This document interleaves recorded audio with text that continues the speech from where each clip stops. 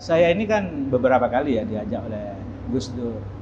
Banyaklah kesan-kesan yang paling personal sama saya. Gus Dur itu yang tidak pernah bisa melupakan saya sebagai wartawan ya.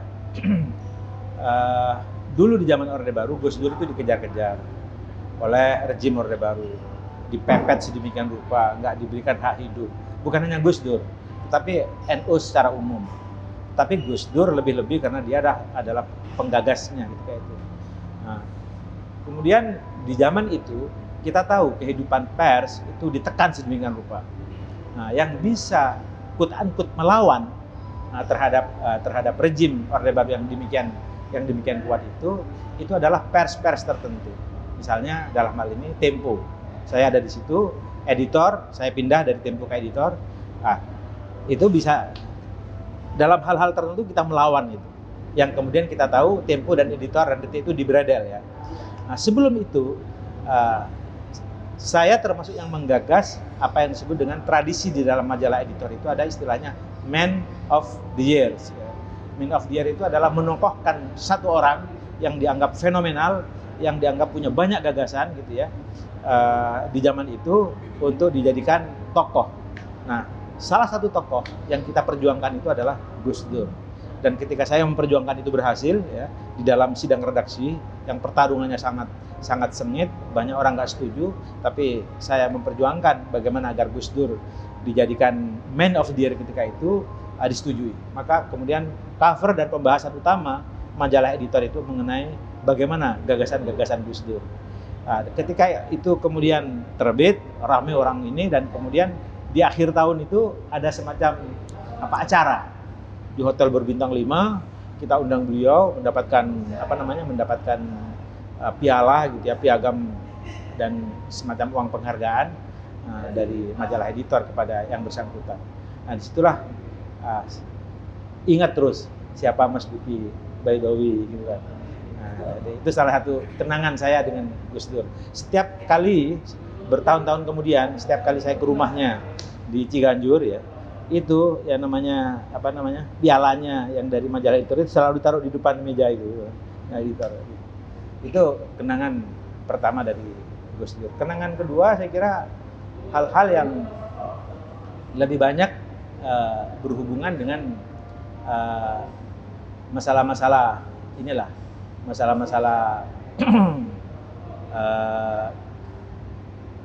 cerita soal kewalian lah ya, cerita soal kewalian. Gus Dur sangat banyak lah cerita mengenai itu.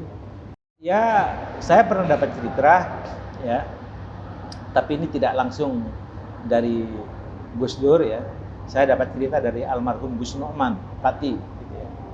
Jadi Gus Nu'man itu pernah diajak oleh Gus Dur malam-malam naik kendaraan Daihatsu yang ya sudah jelek sekali itu, warnanya abu-abu putih gitu, berdua, Gus Nu'man yang nyupir, Gus Dur yang ada di sampingnya gitu. Jalan malam-malam di daerah Magelang. Setelah begitu dia masuk ke tempat prajurit yang dilatih itu, apa di Magelang namanya? Ya, yang di Magelang itu, di Tidar, di Gunung Tidar itu. Malam-malam masuk ke situ, terus kata Gus Nu'man, kita masuk semuanya pintu, setiap kali ada pintu ada 3 kali itu ada yang buka gitu. Pintu masuk lagi, lalu kemudian setelah masuk ke dalam lagi pintu itu sudah kebuka lagi, masuk gitu kan. Lalu kemudian sampai mentok, akhirnya dibuka lagi, masuk mentok sampai ke Gunung Tidar. Nggak lama kemudian Gus Dur bilang pada Gus Nu'man, "Gus, sampai tunggu di sini. Saya naik ke atas." Lalu dia naik ke atas ke bukit gitu. Kata Gus Nu'man, "Saya menyaksikan Gus Dur nunggu lama, lalu kemudian ada orang bawa obor, orang seperti mau bawa ngarit gitu loh, ya cari rumput gitu. Orangnya nggak ngawai gitu. Bertemu dengan itu, ngobrol, kira-kira 5 menit, setelah ngobrol terus turun lagi pulang. Setelah pulang turun balik lagi ke mobil, terus itu keluar dia. Habis itu Gus Nu'man menceritakan itu kepada Suryadi Sudirja. Dia kan mantan gubernur Jakarta, yang tentara juga. Kata Suryadi Sudirja, nggak mungkin itu. Karena masuk ke situ itu dijaga ketat. Dan pasti nggak boleh masuk. Kata siapa? Kata Suryadi Sudirja. Jadi kata Gus Numan, ya nggak terserah Pak Suryadi, inilah pengalaman saya. Gitu. Nggak mungkin itu terjadi. Kalau itu masuk yang aneh itu. Bisa begitu itu, apalagi mobilnya mobil butut kayak gitu. Bisa masuk itu nggak bakal boleh. Nah, itu satu contoh, dan itu kata Gus Numan banyak sekali Gus Dur itu melakukan perjalanan spiritual yang seperti itu. Sampai suatu ketika saya dijanjikan oleh beliau, nanti kalau Mas Duki mau ikut perjalanan saya ke Banten, gitu. Ke Banten ikut. Itu akhirnya dia dijanjikan dan kemudian tidak terrealisasi sampai kemudian beliau sakit dan kemudian beliau wafat. Kemudian itu saya tanyakan ke Gus Dur yang tadi itu. Kan saya dapat cerita dari Gus Numan, saya tanyakan gitu, Gus, katanya ini. Dia sambil begini diam aja nggak jawab. Jadi pernah dikonfirmasi langsung? Iya. Terus yang kedua, saya sering mengkonfirmasi, Gus, kok banyak orang percaya sampean itu wali gimana tuh Gus? Kan saya tanya gitu. Itu sampai 2 kali saya ngomong gitu. Nggak tahu orang-orang itu. Nggak tahu orang-orang itu kok percaya begitu-begitu.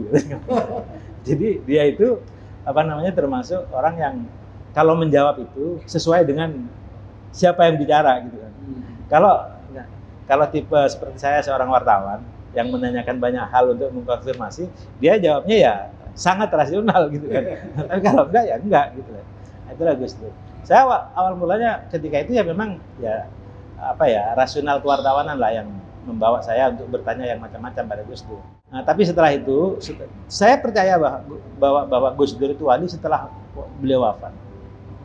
Kalau sebelumnya itu saya belum ini berinteraksi sering karena lebih sebagai berkawan ya. Saya, Muhammad Sobari, AS Hikam, itu kan komunitas yang sering ngumpul sama Gus Dur, ada Wahyu Muryadi gitu kan, ngumpul-ngumpul seperti itu.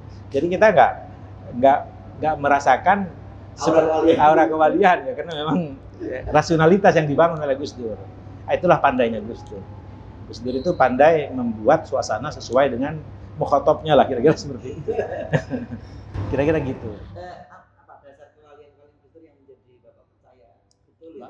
Ya, saya kira salah satu contoh misalnya, ya saya pernah ngomong sama Mbah Maimun almarhum. Orang seperti Gus Dur itu kalau dia tidak mempunyai kelebihan sesuatu, masa orang datang ke kuburan seperti itu. Jadi orang berjujal-jujal terus didatangi ya sampai istilahnya sampai wali ke-10 misalnya seperti itu. Itu karomah seperti itu tidak akan muncul kalau dia tidak mempunyai hidup yang yang lebih ya, yang lebih. Ada keistiqomahan yang lebih. Dan kenapa kemudian saya percaya? Ya saya setelah dengar cerita, ada juga bacaan-bacaan yang saya baca gitu ya. Jadi ada jenis wali yang memang menyembunyikan pekerjaan baiknya gitu. Jadi ada sejenis wali yang menyembunyikan pekerjaan-pekerjaan baik supaya orang mengira bahwa dia orang yang tidak baik. Ada sejenis wali yang seperti itu. Insya Allah itu termasuk Gus Dur. Kalau keturunannya nggak diragukan. Salah satu contoh begini. Uang itu bagi Gus Dur itu nggak punya nilai, menurut saya ya. Jadi uang berapapun diterima dari siapa, dan cara Gus Dur itu menerima uang itu untuk menunjukkan kesenangannya seperti gimana gitu. Tapi setelah itu uang itu seperti nggak ada artinya, ada orang minta dikasih aja. Itu. Jadi dia menghadapi orang yang mengasih uang untuk menyenangkan orang itu. Dia luar biasa. Dia usahanya ininya seperti itu. Tapi setelah itu ketika ada orang minta ya dia dikasih aja seperti itu. Jadi mengalir aja uang itu di depan Gus Dur. Suatu ketika saya bersama beliau itu dipercaya menjadi panitia muktamar PKB Parung, gitu ya, PKB Parung. Saya termasuk sekretaris panitianya. Kemudian Effendi Hoiri itu sebagai ketuanya. Saya diajak bertemu bertiga untuk ngambil uang muktamar, karena kita menyalaksanakan muktamar dan saya ada uangnya, kata Gus Dur.